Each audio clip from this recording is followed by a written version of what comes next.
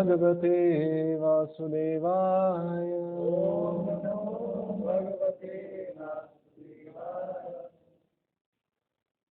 स्कंद 4 अध्याय 19 श्लोक संख्या 35। शब्द पाठ। क्रतुः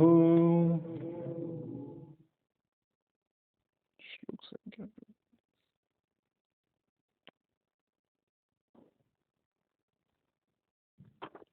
इसका अध्याय 19। विरमताम् एषः देवेषु दुर्वग्रहः धर्मव्यतिकरः यत्र पाखण्डः इन्द्र निर्मितः। क्रतुर्विर्मतामेषः देवेषु दुर्वग्रहः धर्मव्यतिकरो यत्र पाखण्डे इन्द्र निर्मितः।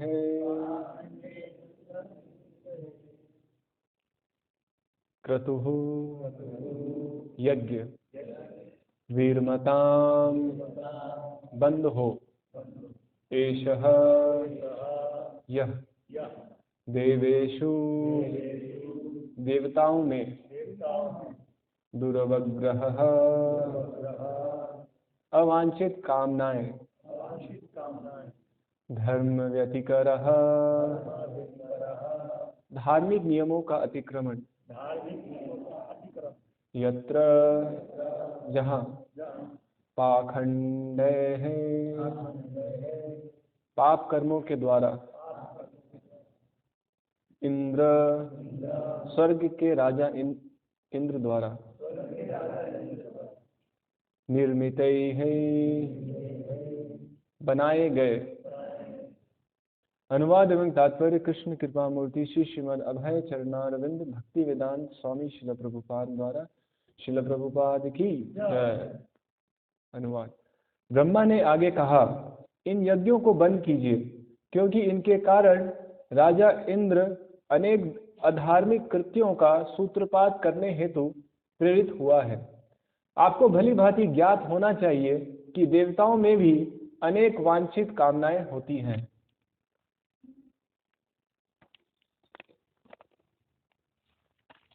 तात्पर्य। सामान्य व्यवसाय के कार्यों में अनेक प्रतियोगी होते हैं और कभी कभी वेदों के कर्मकांड विषयक अध्यायों को लेकर कर्मियों के बीच स्पर्धा तथा द्वेष उत्पन्न होता है।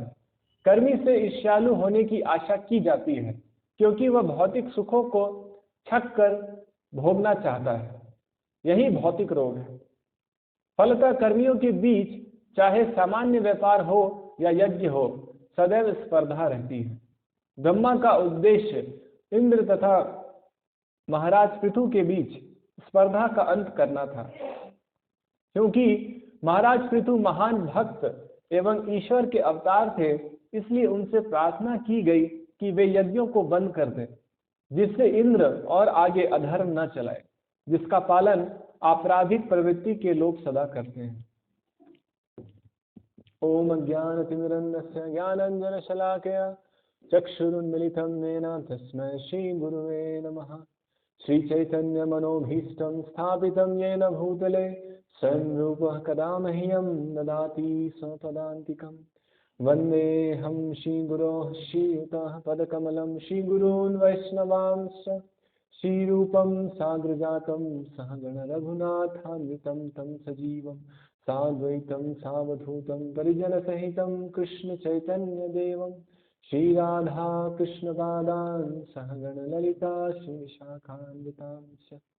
नमः ओं विष्णुपादाय कृष्णवृषाय भूतले श्रीमते भक्तिवेदांत स्वामिनिति नामिने।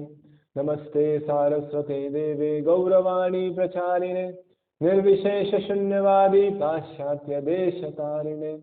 जय श्री कृष्ण चैतन्य प्रभु नित्यानंद श्री अद्वैत गदाधर शिवासादि गौर भक्त वृंदा। हरे कृष्णा कृष्ण कृष्ण हरे हरे, हरे राम राम राम हरे हरे। हरे कृष्ण।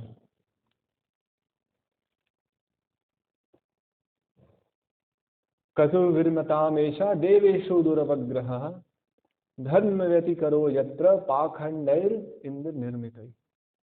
इंद्र पाखंडैर इंद्र निर्मितै। तो यहाँ पे इंद्र देव के द्वारा बहुत सारा पाखंड किया गया है।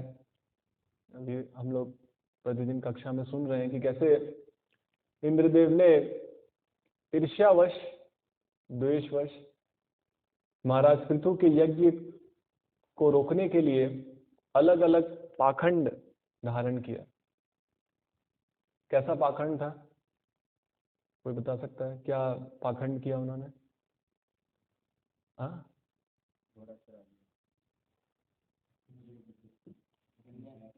सन्यासी का वेश धारण किया। अलग अलग सन्यासी में भी अलग अलग प्रकार होते हैं। कोई नग्न रहते हैं, कोई कपाल और त्रिशूल लेके घूमते हैं, कोई अलग अलग प्रकार के, उसमें से कुछ मनोकल्पित ढंग से अपना वेश धारण करते हैं, कुछ शास्त्र प्रमाण से। तो इंद्र अलग अलग पाखंड रूप धारण कर रहा था, सन्यासी का वेश धारण करके वो महाराज पृथु के यज्ञ से घोड़ा चुराने का प्रयत्न कर रहा था। ये यहाँ पे परिप्रेक्ष्य चर्चा का। तो फिर ऐसा हुआ कि जो महाराज पृथु के पुत्र थे उन्होंने वो घोड़ा वापस लेकर के आए, फिर से इंद्र ने चोरी कर लिया। तो इस बार महाराज पृथु ने निर्णय किया कि इसको जान से मार देते, इंद्र को जान से मार देते। तो फिर ब्राह्मणों ने वहां पे उनको रोका और उनसे कहा कि यज्ञ में हम देवताओं को प्रसन्न करने के लिए यज्ञ कर रहे हैं, अगर इंद्र जो देवताओं के राजा हैं उन्हीं को हम मार देंगे तो फिर यज्ञ का उद्देश्य ही खत्म हो जाएगा, उसको ग्रहण कौन करेगा। तो ब्राह्मणों ने कहा एक काम करते हैं कि हम ही इंद्र को यज्ञ में आहुति दे देते, इंद्र को हम अपने मंत्रों के उच्चारण से, अपने मंत्रों के बल से इंद्र को यहाँ पे हम आवाहन करेंगे और इंद्र को आना ही पड़ेगा क्योंकि उसने अधार्मिक कृत्यों को करके अपनी शक्ति खो दी है, अपनी शक्ति कम कर ली है ऐसे ढोंग करके। क्योंकि जब भी हम अधर्म करते हैं किसी न किसी प्रकार से, सूक्ष्म रूप से, छोटे बड़े रूप से, जब भी हम अधर्म करते हैं या धार्मिक कार्यों में सहयोगी बनते हैं तो हमारा पुण्य क्षय होता है। हमको लगता है कि हम बच गए, कोई किसी ने देखा नहीं, लेकिन हमारा पुण्य क्षय होता है, हमारी जो आध्यात्मिक शक्ति है वो सब क्षय होती है। तो इंद्र के इस पापपूर्ण कार्यों से वो कमजोर हो चुका था। तो ब्राह्मणों ने कहा कि क्योंकि अभी इंद्र कमजोर है, हम मंत्र का आह्वान करेंगे तो उसको यहाँ आना ही पड़ेगा, और जैसे ही वो आएगा तो हम इंद्र को ही इस यज्ञ में आहुति कर देंगे। तो ब्रह्मा को जब ये पता चला तो ब्रह्मा जी बहुत चिंतित हो गए कि ये तो ठीक नहीं होगा कि इंद्र को ही आहुति देना। तो ब्राह्मणों को आए और वहाँ पे उन्होंने उनको रोका कि ऐसा मत करिए, ये अच्छा नहीं है। और उन्होंने पृथु महाराज को समझाया कि आप यज्ञ करना बंद कर दीजिए, क्योंकि क्यों उन्होंने इंद्र को नहीं समझाया, पृथु को समझाया? यहाँ पे एक प्रश्न ही आता है।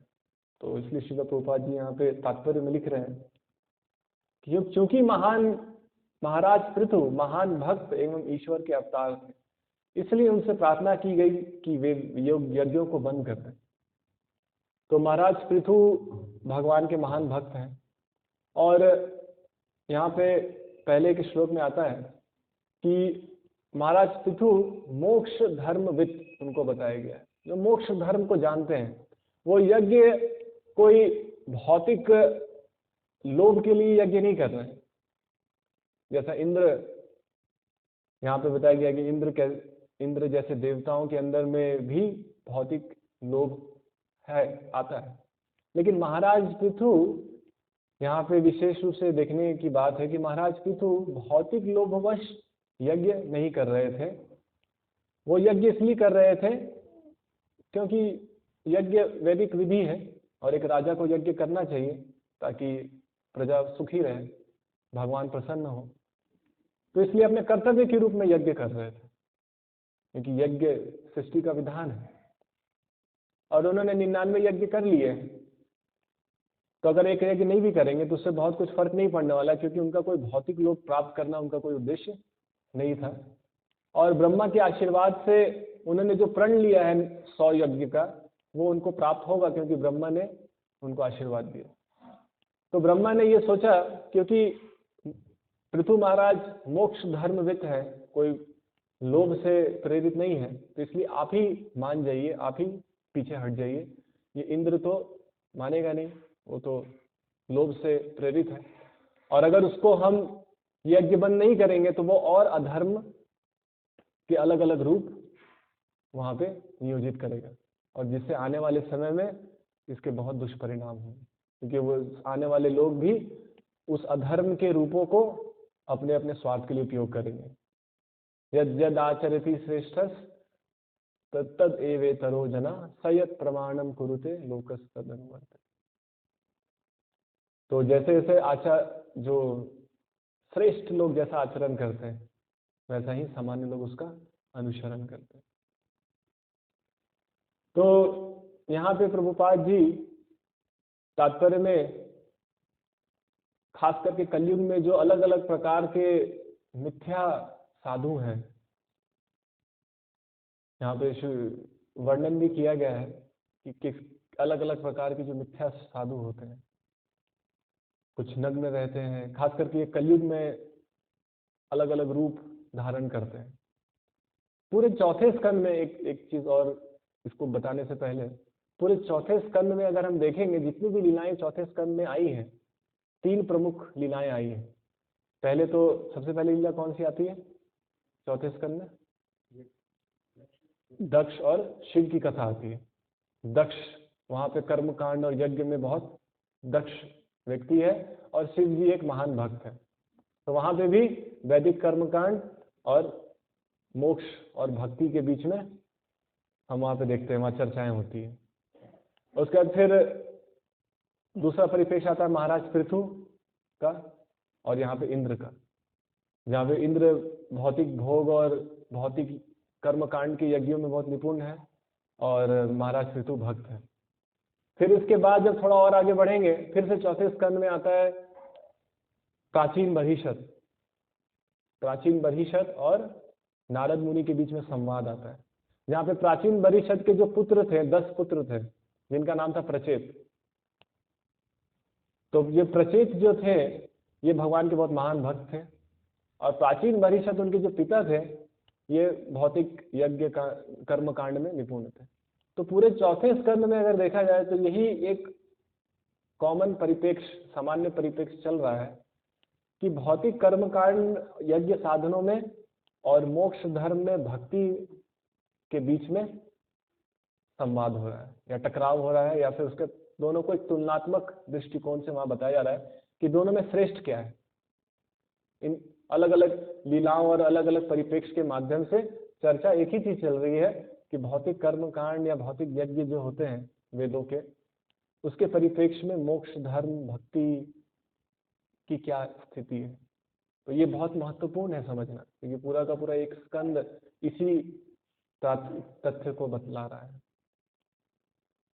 तो यहाँ पे प्रभुपाद जी लिखते हैं कि अलग अलग जो ढोंगी साधु होते हैं, जो रक्त पटय मतलब भगवा वस्त्र रक्त कलर का होता है, लाल, तो लाल वस्त्र पहनते हैं, वो भी लाल वस्त्र पहनते हैं, और नग्न भी घूमते हैं, कपाल लेकर के घूमते हैं। तो ऐसे ऐसे अलग अलग प्रकार के ढोंगी साधु होते हैं, और बहुत कलयुग में बताते हैं 25वें श्लोक इसी अध्याय में कि ये ढोंगी साधु होते हैं, इनका रूप बहुत साधु जैसा दिखता है, और ये बात करने में बहुत पटु होते हैं। पेशलेषु च वाग्मीषु। वाक वाक शक्ति बहुत अच्छी होती है, बहुत लोगों को बहुत मंत्रमुग्ध कर लेते हैं ऐसी बात। ऐसा है यूट्यूब में आप देखेंगे बहुत सारे साधु हैं, बात करने में बहुत एक्सपर्ट हैं, हालांकि ग्रंथों से या वैदिक ग्रंथों से बहुत कम बातचीत करते हैं, लेकिन जो भी बोलते हैं तो लोग उससे प्रभावित होते हैं। और गृह का त्याग, ये लोग ऐसे पाखंडी साधु अपने आप को गृह त्यागी भी दिखाते हैं। गृहीत विष्टेषु पाखंडेषु, पाखंड करने के लिए गृह को छोड़ करके अब पाखंड करते हैं। तो इसी इंद्र के इस व्यवहार से ही ऐसे पाखंडी साधुओं का ये प्रचलन प्रारंभ हुआ। इंद्र के ऐसे पाखंड के व्यवहार से ऐसा बताया गया है कि इन पाखंडी साधुओं का रूप वहां से प्रारंभ हुआ। उसके बाद प्रभुपाद जी, एक बहुत प्रचलित संस्था है आधुनिक युग में जिसको लोग बहुत सराहते हैं, प्रभुपाद जी उसका नाम तो नहीं लेते, लेकिन उस संस्था के ऊपर अपने तात्पर्य में टिप्पणी करते हुए कहते हैं, इस समय कुछ मिशनरी संस्थाओं ने वैदिक विधियों को जाने बिना कुछ सन्यासी बनाए हैं जो पाप कर्म करते रहते हैं। शास्त्रों में जिन पाप कर्मों को वर्जित किया गया है वे हैं अवैध मैथुन, मादक द्रव्य सेवन, मांसाहार तथा द्रुत कीड़ा। तो इन सब चीजों को अवैध बताया गया, इन सब चीजों को पाप बताया गया। द्रुत कीड़ा करना, मांसाहार करना, द्रव्य मादक का सेवन करना, अवैध मैथुन में भाग लेना।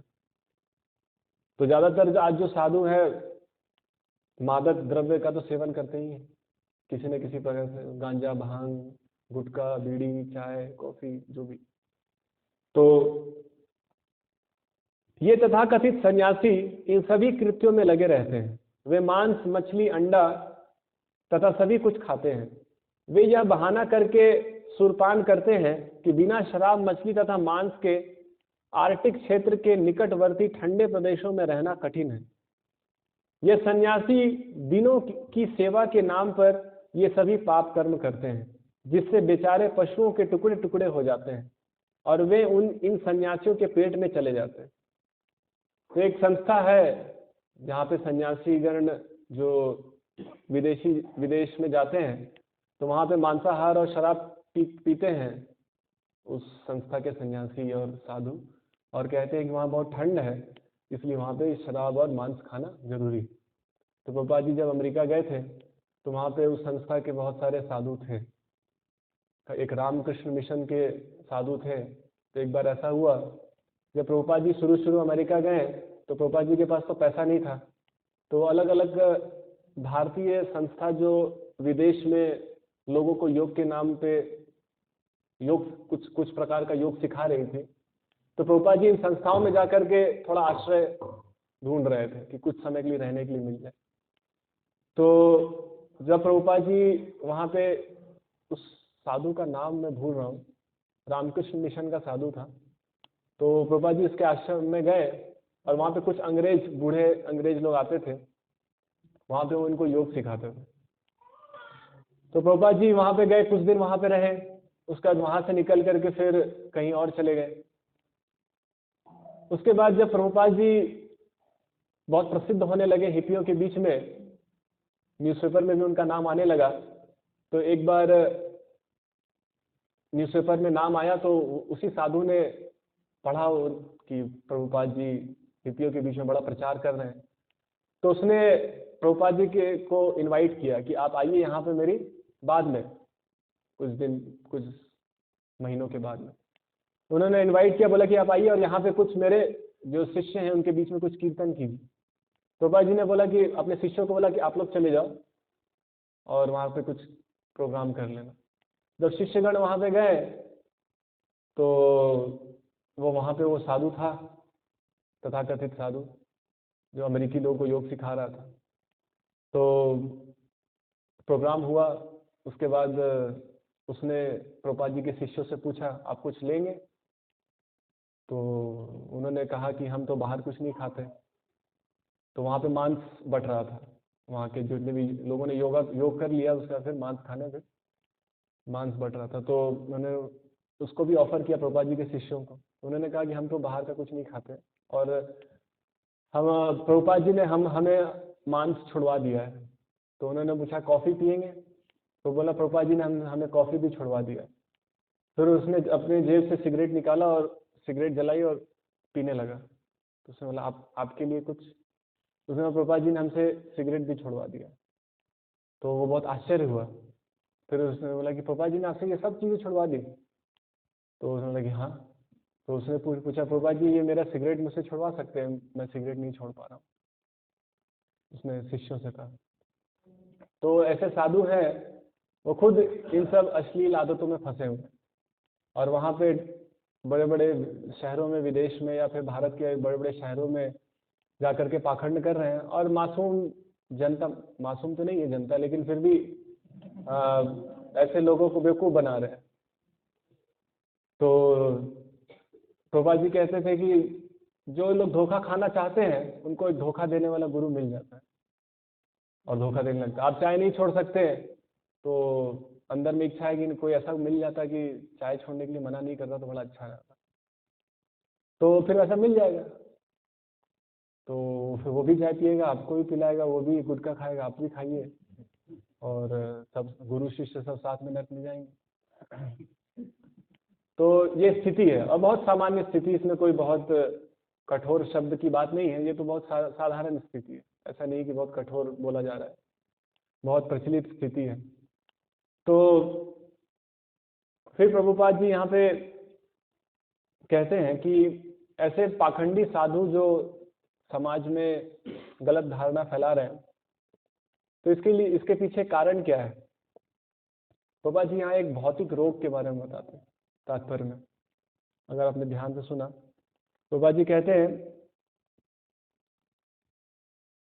कभी कभी वेदों के कर्मकांड को लेकर कर्मियों के बीच स्पर्धा तथा द्वेष उत्पन्न होता है।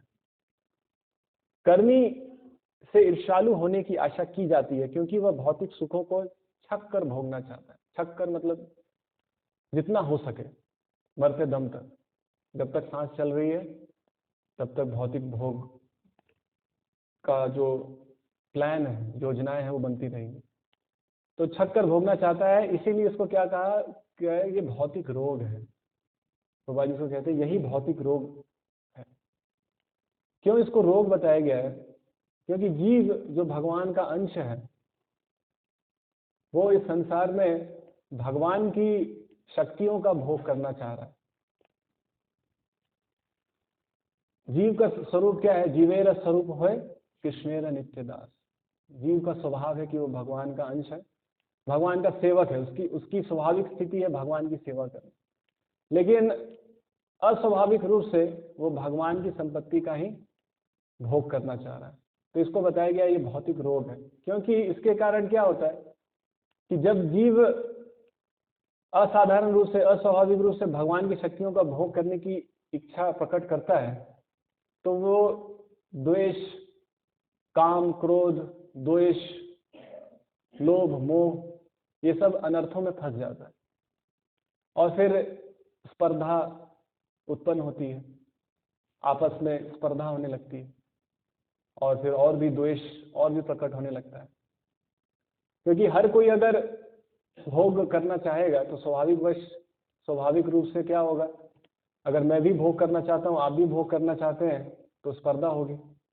दो चीजें होंगी, जो मुझसे कम शक्तिशाली है उसके प्रति मेरा अहंकार होगा, और जो मुझसे ज्यादा शक्तिशाली है भोग में, उससे मुझे ईर्ष्या होगी, है ना? दोनों चीज पैरेलली चलेगी। तो ऐसी अवस्था में ये जो भोग का जो पूरा नेटवर्क जो बनता है, इसको बहुत अच्छे से 16वें अध्याय में बताया गया है। 16वें अध्याय में इस भौतिक रोग के बारे में भगवान बताते हैं, बहुत अच्छे से विश्लेषण करके भगवान बताते हैं। चिंतायाम परिमेयाम च प्रलयंताम उपाश्रितः काम उपभोग परमा एतावद इति निश्चितः। भौतिक भोग क्या है? उसका सिद्धांत ये है कि काम उपभोग परमा, कि काम और भोग ही परम है। क्यों, क्या कारण है, उसमें ज्यादा कोई चिंता करने की आवश्यकता नहीं है। हमने एतावद इति निश्चितः, हमने निश्चित कर लिया है कि जीवन का लक्ष्य क्या है कि अधिक से अधिक भौतिक संसाधनों को जुटाना और उसको अच्छे से अच्छे रूप से उसको अपने आनंद के लिए उपयोग करना, यही जीवन का लक्ष्य है। इसी के लिए हम बने हैं। ये सब हमने क्या निश्चित कर लिया है जीव में, भौतिक माया से ग्रस्त जीव में, और इसके लिए उसके लिए तत्पर है। तो इसके कारण क्या होता है, आशा पाश शतैर्बद्ध काम क्रोध परायणः ईहन्ते काम भोगार्थन अन्यायेन अर्थ संचयन। तो जब ये निश्चित कर लिया है कि काम और भोग ही परम है, तो भगवान फिर कहते हैं तो इसके लिए अन्याय करना पड़ेगा, क्योंकि न्याय से कितना भोग कर पाएंगे जब जीवन का लक्ष्य ही है काम और भोग की पूर्ति। तो अन्यायेन अर्थ संचयन, अन्याय से अर्थ संचय करना पड़ेगा, कुछ झूठ बोलना पड़ेगा या कुछ ऐसे कार्यों में नियुक्त होना पड़ेगा जो वैदिक विधि विधान के अनुरूप नहीं है। जैसे आज आधुनिक युग में जितने भी भौतिक क्रियाकलाप हैं वो वेदों के नियमों के अनुरूप नहीं है, इसलिए वो प्रकृति के विरुद्ध है। उग्र कर्म है ना, उग्र कर्म, क्षयायो जगतो हित प्रभंत उग्र कर्माण क्षयायो जगतो हित। तो जगत के क्षय, प्रकृति के क्षय की जो चीजें करने वाली है, प्रकृति का विनाश करने वाली है, उग्र कर्म है, उन सब चीजों में भी हम भाग लेना चाहते हैं, क्योंकि काम उपभोग परम, क्योंकि काम और भोग परम है। तो इसके लिए अर्थ चाहिए, धर्म अर्थ काम मोक्ष। अगर काम करना है तो उसके लिए अर्थ चाहिए। तो अर्थ कहाँ से आएगा, अर्थ दो तरीके से आएगा, या तो धर्म से आएगा या तो अधर्म से आएगा। धर्म अर्थ काम और मोक्ष। तो सामान्य रूप से धर्म से अर्थ आना चाहिए और अर्थ से काम की संतुष्टि होनी चाहिए। लेकिन अगर धर्म से अर्थ नहीं पूर्ति हो पा रहा है, जो अर्थ आ रहा है उससे पूर्ति नहीं हो पा रही है, हम खेती करें, गो रक्षा करें, तो इसमें ज़्यादा अर्थ नहीं आ पाएगा। और उस अर्थ से हमको शराब या वैश्यालय या फिर सिनेमा घर, शराब खाना, ये सब हम कैसे खेती और गो रक्षा करके हो पाएगा? नहीं हो पाएगा। तो इसके लिए हमको इन सब पाप कृत्यों को करने के लिए हमको अर्थ चाहिए। तो उसके लिए धर्म से तो नहीं हो पाएगा, तो अधर्म करना पड़ेगा। कुछ प्रकृति के खिलाफ जा करके या प्रकृति को क्षय करने वाले ऐसे कर्म करने पड़ेंगे, उग्र कर्म करने पड़ेंगे। तो अन्यायेन अर्थ संचय इदम मद्या मया लब्धम इमं प्राप्ते मनोरथम इदम अस्थिदम अपि मे भविष्यति पुनर्धनम। तो इस तरीके से व्यक्ति योजनाएं बनाता है। मैंने इतना धन इकट्ठा कर लिया है, कल मेरा धन बढ़ करके इतना हो जाएगा। इदम मद्या मया लब्धम, आज मेरे पास इतना है, इसको मैं इस धन को वहां लगाऊंगा, वो इतना हो जाएगा, फिर उसको ऐसे करूंगा तो फिर उसको वहां इन्वेस्ट करूंगा तो वो और इतना हो जाएगा। इस तरीके से योजनाएं बनते रहती है 24 घंटे। मनोरथम, मनोरथम मन के रथ पे दौड़ता रहता है। उसके जीवन का आधार क्या है? उसका मन के रथ पे इसी तरीके से दौड़ते रहता है। और फिर शत्रु होंगे, क्योंकि स्पर्धा होगी। जब ऐसी दृष्टि है, अन्याय करके किसी को लूट करके किसी के विरुद्ध जा करके अगर अर्थ संचय करना है, तो फिर क्या होगा? स्पर्धा होगी, शत्रु उत्पन्न होंगे। फिर बताया गया है असोमया हतः शत्रुर हनिष्ये चापरानपि ईश्वरो हम भोगी सिद्धो हम बलवान सुखी। तो फिर शत्रु आएंगे, तो फिर उसका भी योजना बनेगा। अब मैंने इतने शत्रुओं को मार दिया है, अब मेरे ये शत्रु न्यूट्रलाइज हो गए हैं, उनको मैंने खत्म कर दिया, मेरे ये शत्रु बाकी हैं, उनको भी मैं खत्म कर दूंगा। और इस तरीके से मैं ईश्वर बनूंगा। ईश्वरो हम भोगी सिद्धो हम बलवान सुखी। मैं सिद्ध होऊंगा, सबसे सिद्ध, परफेक्ट, सबसे बलवान मैं बनूंगा। तो ये बीमारी है। हम ईश्वर नहीं है लेकिन ईश्वर बनना चाहते हैं। तो इसको यहाँ पे यही बीमारी बताएगी। और उसके कारण क्या हो रहा है? अन्याय कर रहे हैं, उसके कारण प्रतिस्पर्धा हो रही है, शत्रु उत्पन्न हो रहे हैं। उसके बाद आत्मसंभावित स्तब्धा धनमान मदान्विता यजन्ते नाम यज्ञैस्तु यज्ञस्ते दम्भेन विधि पूर्वकम। अब ये जो व्यक्ति है, ऐसा नहीं ये मंदिर नहीं जाता है, ऐसा नहीं है कि ये धर्म नहीं करता है, धर्म के भी अलग अलग रूप हैं। आज कलयुग में या अभी भी ऐसा नहीं है कि लोग मंदिर नहीं जाते हैं। अभी भी आप जाकर के देखेंगे वृंदावन में बड़ा मुश्किल है वहाँ, बहुत सरकार को विशेष योजनाएं बनानी पड़ रही है, इतनी भीड़ उमड़ रही है, तो इतना पाप हो रहा है, लेकिन फिर भी लोग इतने मंदिर में जा रहे हैं, इतने लोग तीर्थ में जा रहे हैं, इतने लोग मंदिर में जा रहे हैं, बिजनेस चल रहा है तीर्थ का। तो ऐसा क्यों हो रहा है? तो यहाँ बताया गया है, ये श्लोक बहुत अच्छा श्लोक है, इसमें हम देखेंगे कि ये कैसी स्थिति है कि पाप भी बढ़ रहा है और मंदिरों में भीड़ भी बढ़ रही है, ये कैसी स्थिति है। तो यहाँ बताया जा रहा है, यज्ञ यजंते, ये 16वें अध्याय का 17वां श्लोक, यजंते नाम यज्ञस्ते, वो यज्ञ करते हैं, वो मंदिर जाते हैं, लेकिन सिर्फ नाम के लिए, नाम यज्ञस्ते, सिर्फ बोलने के लिए यज्ञ कर रहे हैं। सत्यनारायण कथा हो रही है, गृह प्रवेश हो रहा है, मतलब जो भी अलग अलग प्रकार कुछ यज्ञ हो रहे हैं, कुछ साधन हो रहा है, बस नाम के लिए हो रहा है, उसको उससे कोई लेना देना नहीं है। लेना देना किससे है? इससे जो कुछ मिल सकता है। जैसे अभी हम मंदिर निर्माण के लिए, एक व्यक्तिगत अनुभव बताता हूँ, अभी मंदिर निर्माण हो रहा है, तो मंदिर निर्माण के लिए हम पत्थर का मंदिर बनाने की योजना है। तो पत्थर के मंदिर वैदिक शिल्प कला से बनते हैं, तो वैदिक शिल्प कला को जानने वाले कुछ लोग अभी भी हैं जो जानते हैं और उसको बनाते हैं।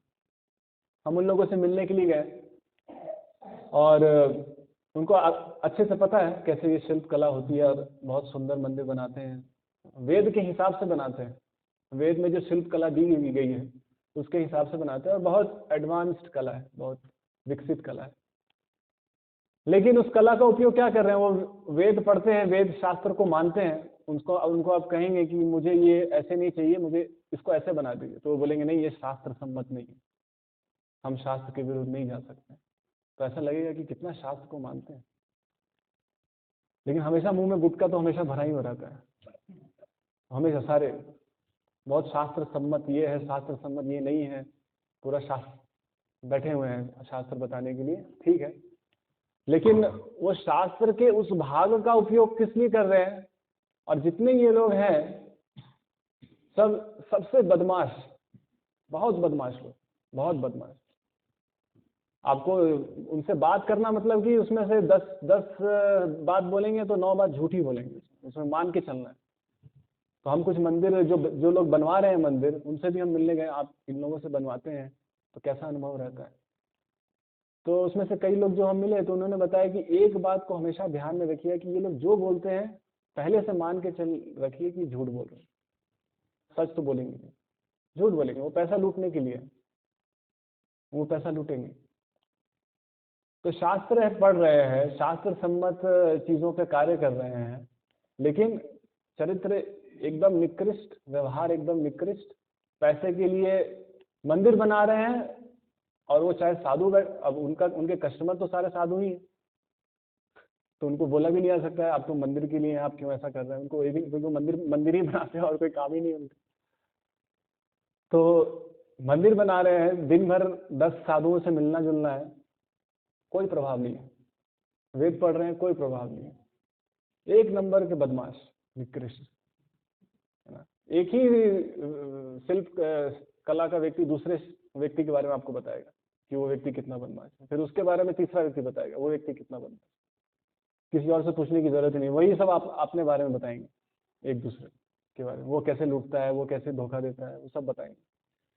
तो ऐसी स्थिति है। तो इसलिए मैंने ये उदाहरण बताया कि वेद पढ़ना, यज्ञ करने से अपने आप में कोई शुद्ध हो जाएगा, उसमें ऑटोमेटिक ऐसा कुछ नहीं है, जब तक व्यक्ति खुद उसके लिए इच्छुक नहीं है कि मुझे अपने आप को शुद्ध करना है, या मुझे इन वेदों के माध्यम से ज्ञान प्राप्त करना है, शिक्षाओं के माध्यम से। तो इसलिए यहाँ पे बताया गया, हृदयंते नाम यज्ञ, ये लोग वेद शास्त्र पढ़ते हैं, यज्ञ करते हैं सिर्फ नाम के लिए, अपने लोभ स्वार्थ को पूरा करने के लिए। उसमें और किसी सामान्य भौतिकवादी निकृष्ट व्यक्ति में कोई अंतर नहीं। तो वो शिल्प कला का व्यक्ति उसमें वेद पढ़ के वो कर रहा है, या जो आर्किटेक्ट है जो मॉडर्न सिविल इंजीनियरिंग या आरसीसी जो भी उसने पढ़ा है, उसमें और उसमें कोई अंतर नहीं है। अंतर बस यही है कि वो वेद से कर रहा है, ये बिना वेद के कर रहा है, कर वही चीज रहे हैं सब लोग।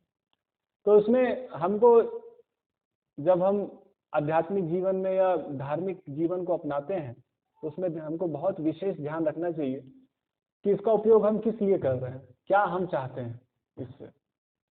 नहीं तो उससे कोई फर्क नहीं पड़ता है कि हम उसको वेद से करें या बिना वेद के करें। तो उसके में फिर बताया गया, अहंकारम बलम दर्पम कामम क्रोधम च संश्रिताः ममात्म पर देहेशु प्रदूषंतो अभ्यसूयकाः। तो ये लोग जो हैं, जो काम उपभोग परम, अपने जीवन का लक्ष्य है भोग, तो अहंकारम बलम दर्पम, अहंकारी होते हैं, अहंकारी हो जाते हैं। दर्पम अभिमानी, अहंकारी। कामम क्रोधम च संश्रिता, और प्रदिशंतो अभ्यसूयका, ये भगवान से द्वेषी होते हैं। भगवान से इनका द्वेष, इनको भगवान से ही द्वेष है। प्रदिशंतो, और भगवान से द्वेष है यानी सबसे द्वेष है। जब भगवान से द्वेष कर रहे हैं तो बाकी लोगों से कैसे प्रेम करेंगे। तो सिर्फ ये जो एक जीवन का दर्शन है कि जीवन का लक्ष्य है आनंद मनाना, सुख और शांति से रहना, आनंद से रहना, ये जो जीवन का लक्ष्य है, इससे कितनी सारी समस्याएं उत्पन्न होती। अन्याय, भगवान ने बताया कि व्यक्ति अन्याय करने लगता है, व्यक्ति अहंकारी हो जाता है, उसके बाद फिर द्वेषी हो जाता है, भगवान से द्वेष करने लगता है। लेकिन साथ साथ यक्ष दास्यामि मोदिष्य, बहुत दान भी देता है, यज्ञ भी करता है, लेकिन सिर्फ नाम के लिए करता है, लेकिन है एक नंबर का नीच व्यक्ति। तो इसलिए प्रभुपाद जी यहाँ इसको क्या बता रहे हैं, यही भौतिक रोग है, यही भौतिक रोग है। फलतः कर्मियों के बीच चाहे सामान्य व्यापार हो या यज्ञ हो, सदैव स्पर्धा रहती है। तो जो कर्मी है, जिसके जीवन का लक्ष्य है अच्छा कर्म करना, अच्छे से रहना, मैं अच्छा व्यक्ति हूं, मैं अच्छा करता हूं, तो अच्छा तो वो रह ही नहीं सकता। क्योंकि जब सारे लोग उसी तरीके से अन्याय के दृष्टिकोण से कार्य कर रहे हैं, भोग के दृष्टिकोण से, अनैतिक, क्योंकि संसार में अनैतिकता क्या है, भगवान के संपत्ति का भोग करना ही अपने आप में अनैतिकता है। उसको अच्छे से करें या अच्छे से ना करें, जो अनैतिक कार्य हो तो अनैतिक कार्य। अब अनैतिक कार्य को अच्छे से करेंगे तो क्या नैतिक बन जाएगा? ऐसा है नहीं, मैं अच्छे से नैतिक कार्य करता हूं। तो हमको ये समझना है कि अच्छा व्यक्ति वो है जो भगवान के आदेश के अनुसार कार्य करता है, वही अच्छा व्यक्ति है।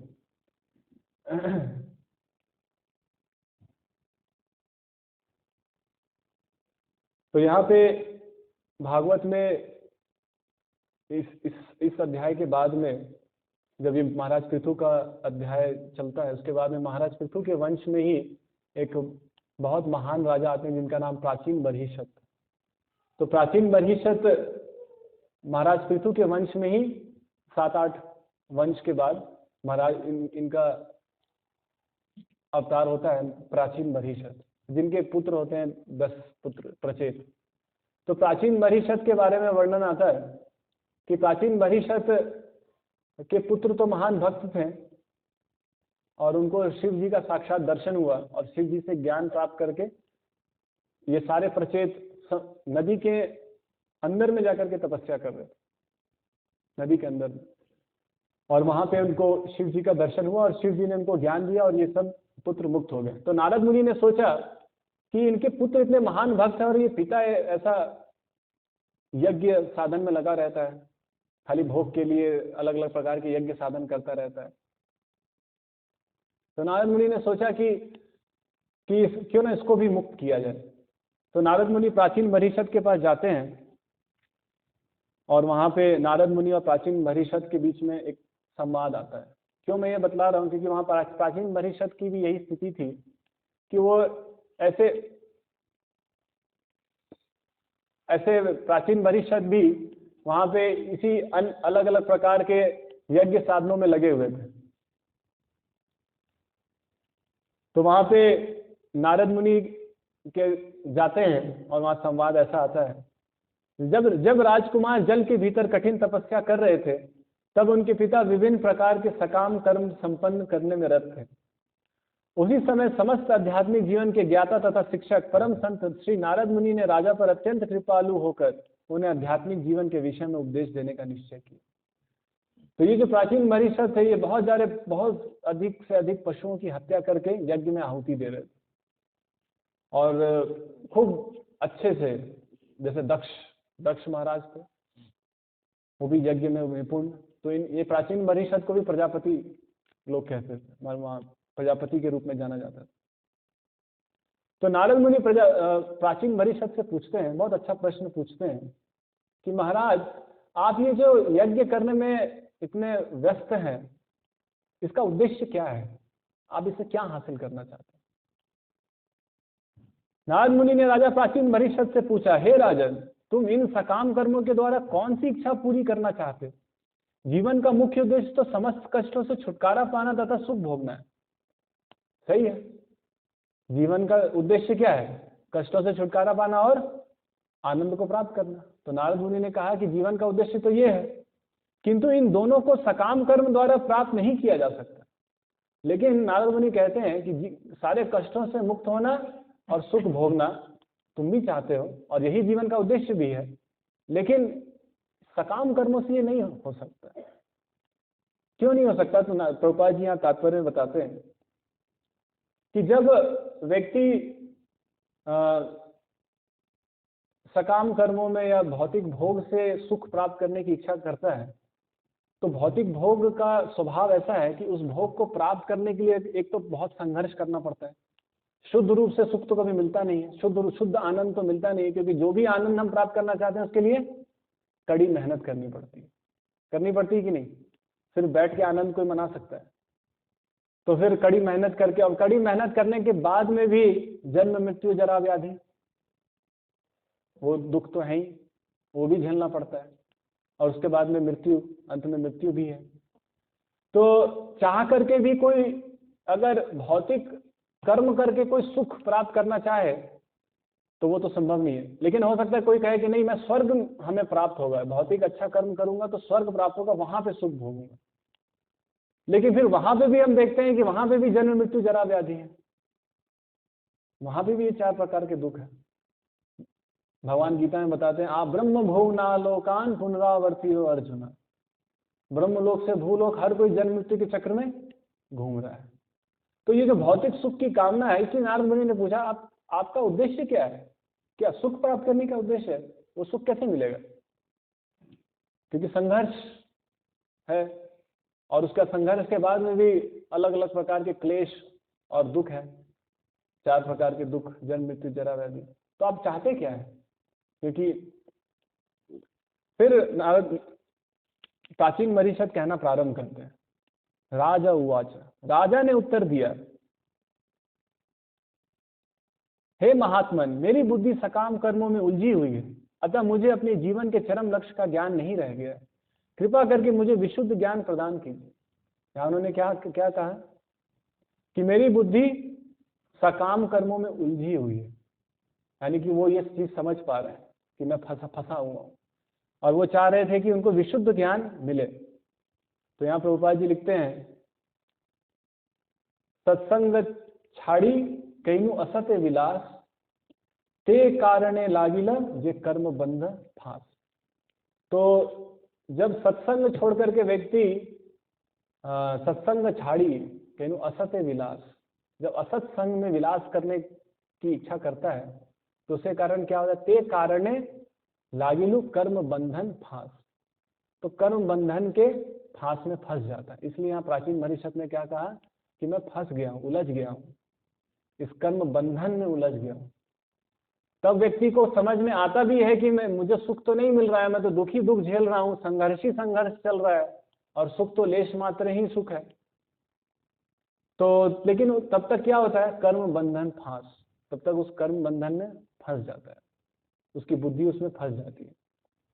कोई बहुत अच्छा कर, प्रभुपाद जी कहते हैं कि कोई बोले कि मैं बहुत अच्छा कर्म करके मुझे बहुत अच्छा जन्म मिलेगा, उसमें मैं बड़ा अच्छा भोग करूंगा, कोई ऐसा बोले तो प्रभुपाद जी यहाँ तात्पर्य में लिखते हैं कि पाश्चात्य देशों में लोग तो बहुत अच्छे परिवारों में जन्म लेते हैं। कोई अगर ये सोचे कि मैं बहुत अच्छा कर्म के बहुत अच्छा जन्म मिल जाएगा, कर्म करके बहुत अच्छा जन्म में मैं बहुत अच्छा भोग करूंगा, तो बाजी उदाहरण देते हैं कि पाश्चात्य देशों में तो हर कोई किसी का बहुत अच्छा जन्म है, शरीर भी सुंदर है, परिवार भी धन ऐश्वर्य से संपन्न है, कोई तकलीफ नहीं है, सारा ऐशो आराम है पाश्चात्य देशों में। लेकिन उसके बाद में भी लोग हिप्पी बन रहे हैं। बन रहे कि नहीं बन रहे? क्यों हिप्पी बन रहे हैं? खुशी खुशी से तो कोई हिप्पी नहीं बनता है। तो बाजी लिखते हैं कि कर्म बंधन फांस, ये जो कर्म बंधन को पूरा करने में जो प्रयत्न कर रहे हैं उसमें जो फ्रस्ट्रेशन आ रहा है उसके कारण वो हिप्पी बन रहे हैं। तो हम जो योजना बना रहे हैं कि हम सुख भोगेंगे, चाहे इस जन्म में, चाहे स्वर्ग में जाकर के, चाहे अगले जन्म में किसी अच्छे सुंदर परिवार में जन्म लेकर के, तो हम स्पष्ट रूप से, प्रत्यक्ष रूप से हम देख सकते हैं कि जो लोग अच्छे परिवार में, अच्छे विकसित देशों में भी जन्म ले रहे हैं वो भी हिप्पी बन रहे हैं, और जो लोग स्वर्ग में है वो भी शांत नहीं है, वो भी काम क्रोध लोभ मोह से पीड़ित, चाहे इंद्र हो चाहे ब्रह्मा हो, हर कोई कर्म बंधन के फांस में। तो प्रभुपाद जी क्या कहते हैं कि इसलिए आवश्यकता ये है जिज्ञासा, अथातो ब्रह्म जिज्ञासा, कि हमको परम सत्य की जिज्ञासा करनी चाहिए कि जीवन का उद्देश्य क्या है। अगर सुख प्राप्त करना जीवन का उद्देश्य है तो वो कैसे प्राप्त होगा सुख? इससे तो प्राप्त नहीं होगा, इससे तो संघर्ष मिलेगा। और उसके लिए जब जो जिज्ञासा, ब्रह्म जिज्ञासा, परम सत्य की जिज्ञासा करने के लिए प्रभुपाद जी यहाँ तात्पर्य में लिखते हैं तद विज्ञानार्थम स गुरुमेव अभिगच्छेत्। तो उसके लिए हमको एक प्रमाणिक गुरु के पास जाना चाहिए जो हमको यह आध्यात्मिक ज्ञान दे, प्रमाणिक गुरु के पास जाकर के, क्योंकि यही जीवन का लक्ष्य है, मनुष्य जीवन का एकमात्र लक्ष्य है। ऐसा नहीं कि अगर हम लोग सब ब्रह्म जिज्ञासा करेंगे तो भौतिक संसार का क्या हो जाएगा, सब लोग वैकुंठ चले जाएंगे तो ये खाली हो जाएगा, ऐसे उल्टी पुल्टी बातें नहीं करनी चाहिए। यहाँ पे क्या होगा अगर सब लोग वैकुंठ चले जाएंगे? करते हैं लोग उल्टी पुल्टी बातें, लेकिन ठीक है कुछ समय कर लें, लेकिन समय रहते तक गंभीरता से विचार करना चाहिए। जीवस्य तत्व जिज्ञासा ना अर्थो यश्रेय कर्म भी। जीवस्य तत्व जिज्ञासा, जीव जो है उसका एक ही लक्ष्य होना चाहिए, तत्व जिज्ञासा, ना अर्थो यश्रेय कर्म भी। इसके अलावा उसको और किसी श्रेय के लिए प्रयत्न नहीं करना चाहिए। और खास करके जो माता पिता अपने संतान को जानबूझ करके तत्व जिज्ञासा की तरफ नहीं भेजते हैं और जानबूझ करके उसको आधुनिक शिक्षा और ऐसे विलासी जीवन की तरफ भेजते हैं, वो तो जानबूझ करके उसको हिंसा कर रहे हैं उसके ऊपर। चलिए हमारा जीवन तो व्यर्थ चला गया, अगर उसका लेश मात्र भी ज्ञान है कि हम समझ रहे हैं कि हमारा जीवन व्यर्थ चला गया, तो कम से कम हम जानबूझ करके अपने बच्चों को तो उस रास्ते में ना ढकेलें, उसको तो कम से कम तत्व जिज्ञासा की ओर बढ़ाएं, जीवन का लक्ष्य दे। अगर हम शास्त्र को प्रमाण मानते हैं, अगर शास्त्र सम्मत जीवन जीने की अगर इच्छा है, अगर शास्त्र के विरुद्ध जाने की इच्छा है तो फिर ठीक है, तब तो आप जाइए, खुशी खुशी जाइए। लेकिन अगर शास्त्र सम्मत जीवन जीना है तो शास्त्र का आदेश ये है जीवस्य तत्व जिज्ञासा ना अर्थो यश्रेय कर्म। इसके अलावा और कोई अर्थ के लिए प्रयत्न नहीं करना चाहिए इस मनुष्य जीवन में। तो ये मनुष्य जीवन का लक्ष्य होना चाहिए। हरे कृष्णा। किसी का कोई प्रश्न है तो बता जी।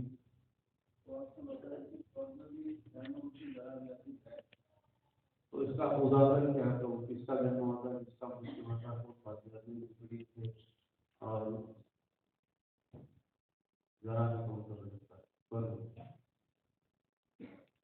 यहाँ पे प्रभुपाद जी यहाँ तात्पर्य में लिखते हैं इसके बारे में, एक सेकंड।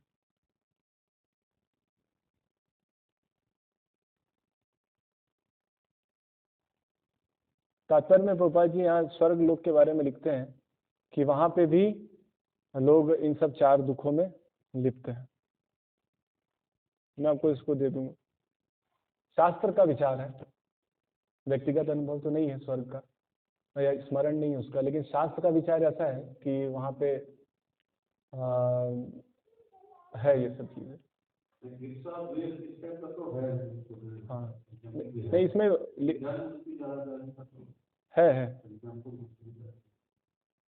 है यहाँ पे मैंने पढ़ा है। एक सेकंड, मैं आपको भेज देता हूँ, शास्त्र प्रमाण है इसका, देता हूँ। और कोई प्रश्न?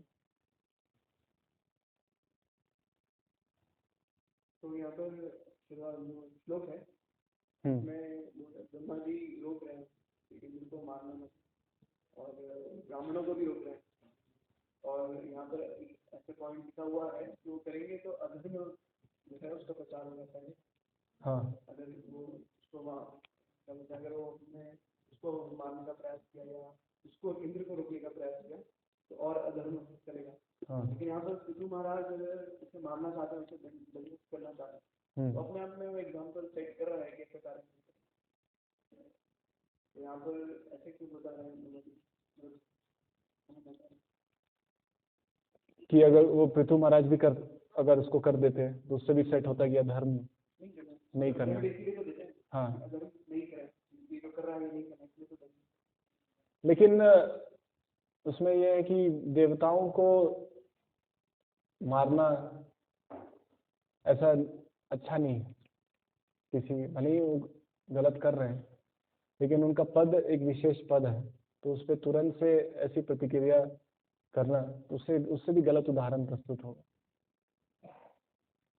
और काम से वशीभूत होकर के वो कर रहे हैं, लेकिन उसको तुरंत उस पर प्रतिक्रिया करके उसको जान से मारना तो उतना अच्छा उदाहरण नहीं। जैसे कि हम सामान्य रूप से भी देखते हैं कि जो विशेष पद पे होते हैं उनको दंड देने का जो प्रावधान है वो भी बहुत विशेष होता है। जैसे कि एक बार हम किसी रेलवे अधिकारी से चर्चा कर रहे थे, कुछ हम लोग मिलने के लिए गए थे, तो वहाँ रेलवे अधिकारी बता रहे थे कि उनके एक बॉस है जो बहुत करप्ट है, और आईएएस अधिकारी है, बहुत करप्ट है, लेकिन उनके ऊपर केस चल रहा है। सब जानते हैं करप्ट है और बहुत स्पष्ट रूप से करप्ट है, लेकिन फिर भी उनको दंड तुरंत से नहीं दिया जा सकता है, क्योंकि ऐसे नियम उस पद के लोगों के ऊपर के लिए जो नियम है वो बहुत सोच समझ करके रखे हैं। डायरेक्ट दंड देने के नियम नहीं है, तो उसमें बहुत विश्लेषण, और उसमें ऐसा हो रहा था कि वो व्यक्ति करप्ट था और करप्ट अभी भी है, अभी भी वो कर रहा है, क्योंकि उसको पता है कि जब तक कोई चार्ज आएगा वो ज़्यादा से ज़्यादा यही होगा कि उसको नौकरी से निकाल दिया जाएगा, उससे ज़्यादा का कोई नियम नहीं था उस पद के लिए। तो उसने सोचा कि जब तक केस चलेगा और जब तक वो निर्णय आएगा तब तक मैं खुद से ही रिटायर हो जाऊंगा, तो मुझे करप्शन रोकने की जरूरत क्या है। तो जो अवैध काम कर रहा करते रहो, जब केस को चलने दो, केस का नियम आ जाएगा तो मैं रिटायर भी हो जाऊंगा, तब निकालेगा क्या, मैं तो खुद निकालेगा। तो क्योंकि नियम ऐसे, तो इसमें क्योंकि विशेष पद है तो उसको सम्मान मिलना चाहिए, क्योंकि नहीं तो लोग उसको सम्मान नहीं देंगे तो लोग उसको पालन नहीं करेंगे उस पद का, इसलिए। तो इसलिए वहाँ पे उसको विशेष रूप से ब्रह्मा जी उसको अलग से हैंडल करेंगे। अब तुरंत हर व्यक्ति अगर अपनी शक्तियों का उपयोग करके प्रतिक्रिया करने लगे तब तो फिर मुश्किल हो जाएगी। और भी प्रश्न है? श्रीमद् भागवतम की जय, श्रील प्रभुपाद की जय।